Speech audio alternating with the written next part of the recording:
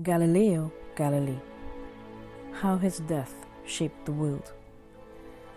Physicist, inventor, astronomer, philosopher.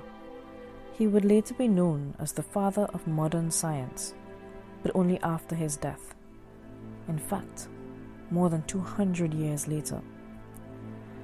His death closed the book in the life of this visionary, bringing his final chapter to a saddened end, only to open the Pandora's box of knowledge, the likes of which the world had not yet seen. A martyr of objectivity, a revolutionist in the scientific process, his name would forever echo upon the ears of those who sought to know more, those in search of answers, those who believe that science and discovery should never be censored or silenced. Galileo di Vincenzo Bonauti de Galilei was born on February 15, 1564, in Pisa, Italy. The first of 6 children, he enrolled in the University of Pisa at the age of 16 to study medicine, but fate would call him elsewhere. Coupled with his predilection to mathematics and his curiosity for science, he made his first important discovery after dropping out of school. In 1583, he described the rules that govern the motion of pendulums. During his years as chair of mathematics at universities of Pisa and then Padua from 1589 to 1610, he made his most important contributions in physics, experiments with falling bodies. In 1609, Galileo built his first telescope in a successful attempt to improve a Dutch design. By the next year, he had discovered Jupiter's 4 largest moons and a multitude of new stars in the Milky Way. By his own account, he published Sidereus Nuncius, or the Starry Messenger, in which he suggested Jupiter's moons be called the Medician Stars. The Medician Stars. Odd name, is it not? Not really. Galileo's choice of name was a clever attempt to gain favor with the Grand Duke of Tuscany, Cosimo II de' Medici.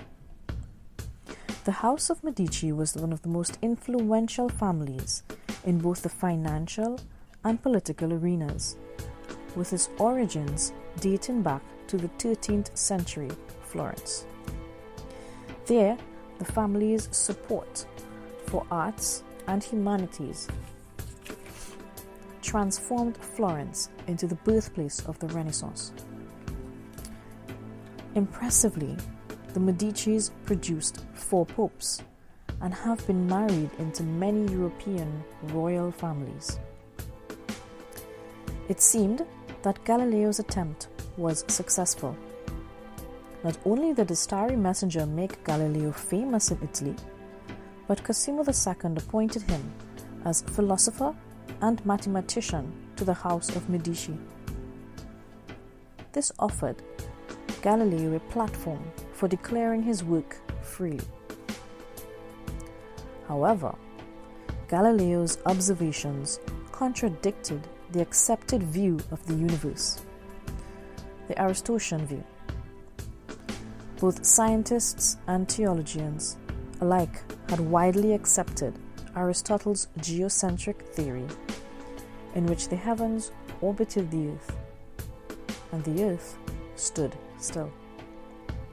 Not only did Galileo's Medician stars violate that theory, but his description of the moon's rugged surface sparked debate against the notion of divine perfection. Nicolas Copernicus. Nicolas Copernicus's publication of De Revolutionibus presented the first modern scientific argument for a heliocentric universe, one that argued, unlike the geocentric notion, the sun was the central part of the universe. Copernicus's book was placed on the Catholic Church Index of Banned Books in 1616. Pope Paul V summoned Galileo to Rome and told him that he could no longer publicly support Copernicus. 16 years later, Galileo presented arguments for both sides of the heliocentric theory in Dialogue Concerning the Two Chief Systems, a publication that would later seal his fate. The next year, Galileo was ordered to appear before the Roman Inquisition, a powerful office notorious for stamping out heresy and crimes against the Church, sometimes by violent means. At first, Galileo denied his advocacy of heliocentrism, but later said that he had done so unintentionally. After a 6-year trial and nearing 70 years of age, Galileo was convicted of vehement suspicion of heresy. Under the threat of torture, Galileo was coerced into expressing sorrow at his errors, those errors being his life's work. Galileo lived his last years under comfortable house arrest, as it is alleged, under the watchful eye of the Church. During this time, he penned a summary of his early motion experiments. In January 8th, 1642, Galileo Galilei suffered from heart palpitations and fever.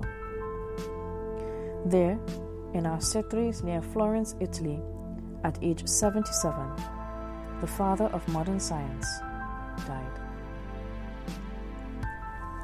Posthumous retribution.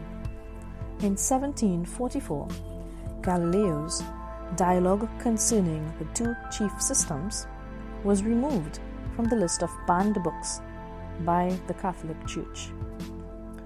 Popes Pius XII and John Paul II made official public statements of regret in the way the Church had treated Galileo. Galileo's laws of motion paved the way for Isaac Newton's discoveries of classical mechanics. His heliocentrism, with modification from Johann Kepler, soon became scientific fact. In many inventions, from compasses and balances, telescopes and microscopes, have transformed and laid the foundation for biology and astronomy. His proclivity for novel experimentation and thoughtful scientific studies have expanded the boundaries of scientific method into what it is today. Famous quote, "Eppure si muove." It is often said that Galileo, in frustration, uttered to his inquisitors, "Eppure si muove," which means, "Yet it moves," in passive defiance of their judgment. Others indicated that he had said it when he was moved to his home in Florence before his death. There it is believed he looked up at the sky in his first light of freedom, then at the ground, and stomped at it lightly before muttering the famous quote, a reminder that the earth moves, despite what he was forced to declare.